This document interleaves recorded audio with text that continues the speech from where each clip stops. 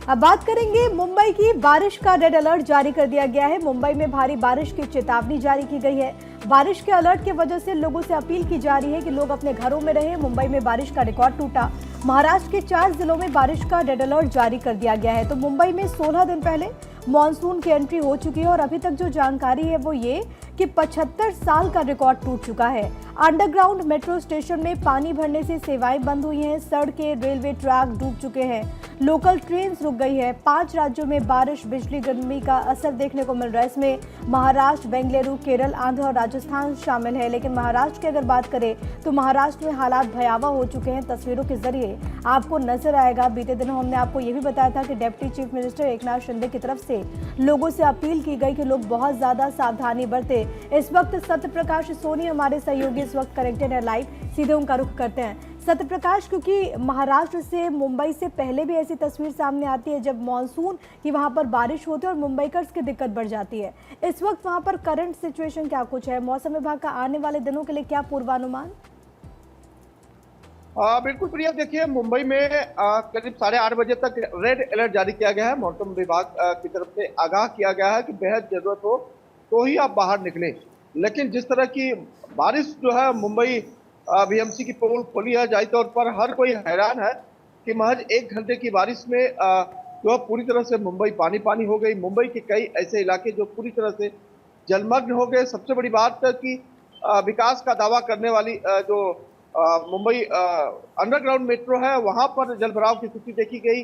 पूरी तरह से ठप हो गई जो सेवा, वो बेहद चौंकाने वाला रहा। हालांकि दावा ये किया जा रहा था कि मुंबई में बारिश कितनी भी हो, कम से कम जो है मेट्रो जो अंडरग्राउंड है वहां तक पानी नहीं पहुंच पाएगा। लेकिन पूरी तरह से आपने देखा कि घुटने बराबर पानी घुस गया। उसके बाद तमाम यात्री जो है परेशानी का तो इसकी वजह क्या सत्यप्रकाश? क्योंकि हर बार मुंबई महानगर है, हर बार दावे किए जाते हैं कि बारिश के लिए हम तैयार हैं, फिर उसके बावजूद मुंबई हर बार डूबती क्यों है?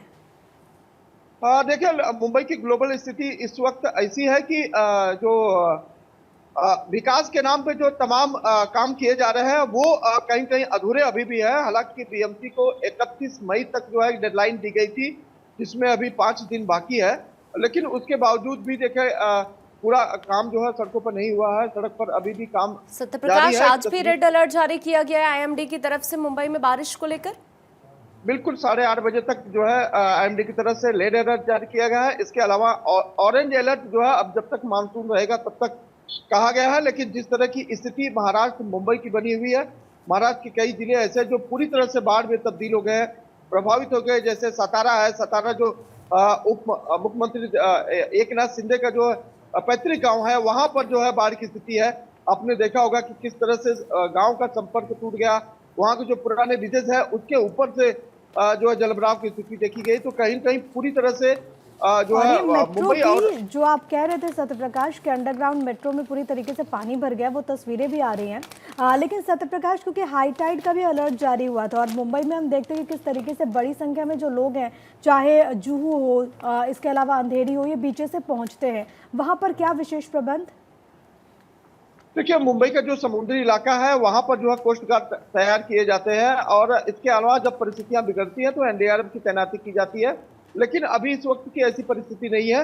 कोस्ट गार्ड और बीएमसी के जो कर्मचारी होते हैं, समुद्री तट पर जो सुरक्षा रक्षक होते हैं, उन्हें अलर्ट किया गया है कि कोई भी समुद्र के किनारे न जाए, कोई भी तैराकी करने न जाए। चूंकि छुट्टियों का समय चल रहा है मुंबई में, तो छुट्टी मनाने के लिए कोई समुद्र के किनारे न जाए। खासकर कुछ सरकार का इस पर पूरा फोकस है। सरकार लगातार ध्यान दे रही है। आपने देखा होगा कैसे खुद डीसीएम एकनाथ शिंदे अपने तमाम अधिकारियों के साथ, बीएमसी कर्मचारियों, डिजास्टर मैनेजमेंट के साथ 1 घंटे के अंदर उन्होंने पूरा दौरा किया था और देखा था कि जो बीएमसी का जो कंट्रोल रूम है वो वहां पर किस तरह की तैयारियां हैं, कैसे लोगों की मदद किया जा सकता है। तमाम तैयारियां पुख्ता की गई हैं सत्यप्रकाश। लेकिन जरा ये बताएं, जिस तरीके से वहां पर भारी बारिश हो रही है और हम देखते हैं कि जो रफ्तार है उस पर ब्रेक लग जाती है, ऐसे में फिलहाल कैसी वहां पर स्थिति है?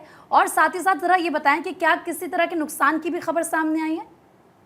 देखिए मुंबईकरों को इस बात का जानकारी है कि मुंबई में अगर 1 घंटे रेगुलर बारिश होती है तो मुंबई पूरी तरह से भर जाती है। और इस स्थिति में मुंबई का जो है ऐसे साधनों का इस्तेमाल करते हैं जहां पर जलभराव की स्थिति नहीं है। मुंबई की लोकल जो है बहुत ज्यादा प्रभावित नहीं होती है।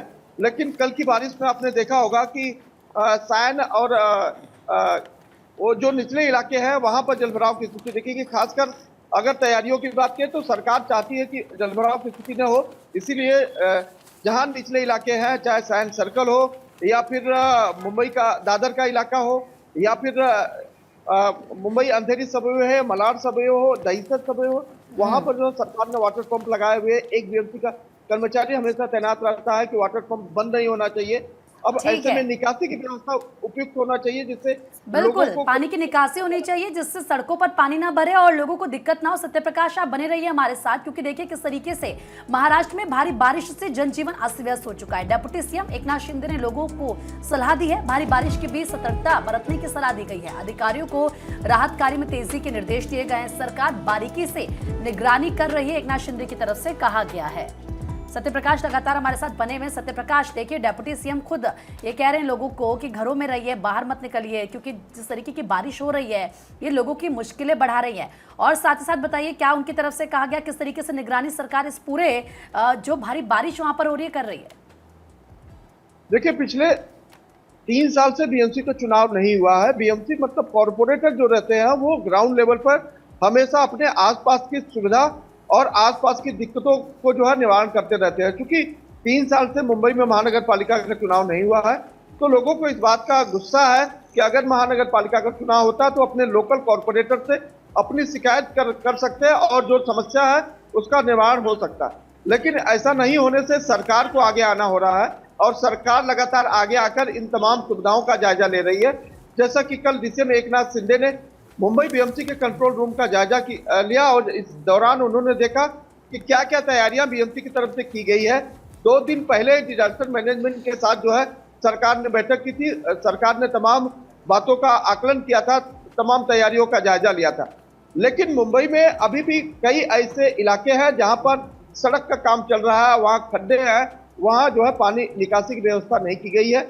वहां पर सरकार का ध्यान ज्यादा है, क्योंकि अगर पानी भरेगा तो लोगों को डूबने या गिरने की समस्या ज्यादा हो सकती है। इसलिए सरकार लगातार इस कोशिश में है कि कोई अप्रिय घटना न हो, उसके लिए सरकार पहले कैसे कदम उठाए, कितनी तैयारियां कर रही है। ठीक है सत्यप्रकाश, अभी के लिए आपका शुक्रिया ये पूरी जानकारी साझा करने के लिए।